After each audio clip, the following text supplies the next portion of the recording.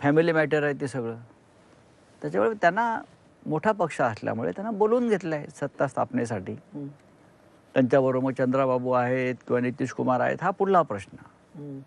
भारतीय जनता पक्षाकडे बहुमत नाही. नरेंद्र मोदी त्यांच्या पक्षाला बहुमत मिळवून देऊ शकले नाहीत. या एका नैतिकतेच्या मुद्द्यावर नरेंद्र मोदी यांनी प्रधानमंत्रीपदाची शपथ घेता कामा नये आमचं मत आहे. पण त्यांनी घेतली आहे आणि आम्ही त्याचं स्वागत करतो. एक्सपोज झाले, चेहरा उघडा पडला. पण जे नितीश कुमार तुम्ही उल्लेख करतात, ज्यांच्या खरं तर सोबत आज ते सरकार बनवतात, हे तुमच्याच इंडिया आघाडीचे काही काळे निमंत्रक होते, त्यांच्याकडे पहिली बैठक झाली इंडिया आघाडीची. नितीश बाबू सबके आज ते मोदींबरोबर आहेत. उद्याचं काय सांगता येत नाही. चंद्राबाबू सुद्धा सगळ्यांचेच बाबू आहेत. त्याच्यामुळे हे सरकार त्यांनी बनवू द्या, त्यांनी बनवायलाच हवं अशी आमची भूमिका आहे इंडिया आघाडीची. नरेंद्र मोदींनी सरकार बनवायलाच हवं.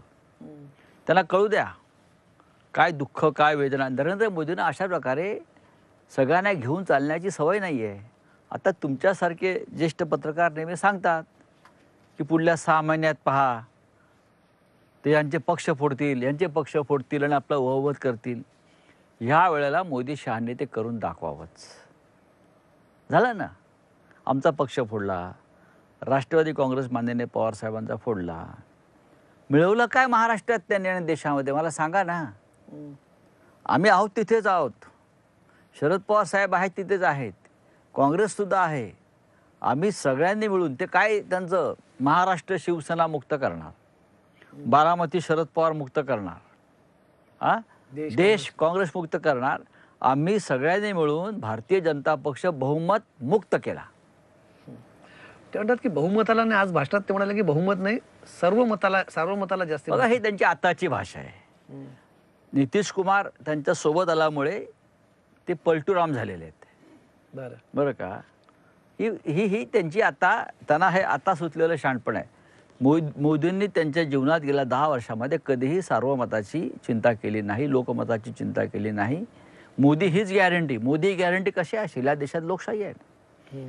पंडित नेहरू, इंदिरा गांधी सुद्धा असं कधी म्हणाला नसतील ना, इतकं बहुमत असताना. सर्वमताला किंमत आहे. मग सर्वमताला किंमत आहे, तुम्हाला बहुमत नाही हे तुम्ही मान्य करा, तुम्ही हरलाय. सर्वमत जे आहे, उत्तर प्रदेशमध्ये नरेंद्र मोदी हा सगळ्यात मोठा गड आहे.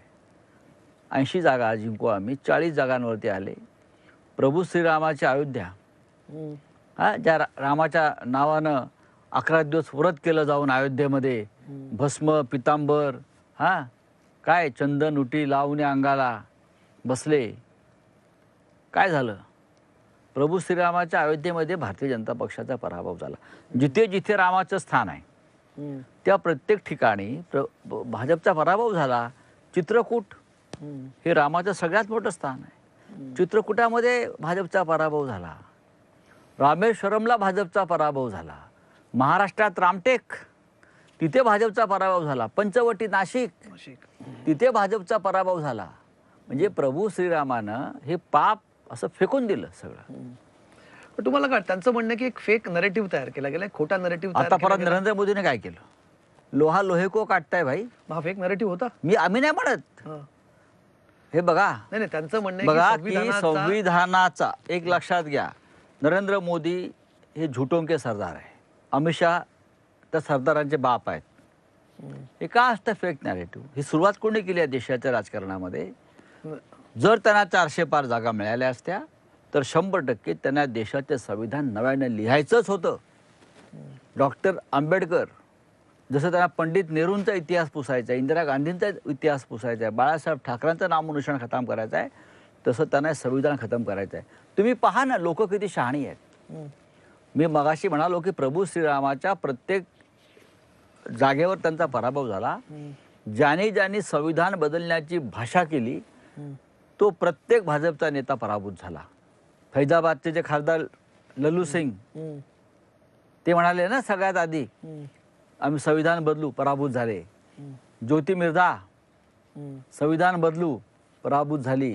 स्मृती इराणीच्या तोंडी भाषा होती, ती पराभूत झाली. लोकांनी या सगळ्यांना पराभूत केलं.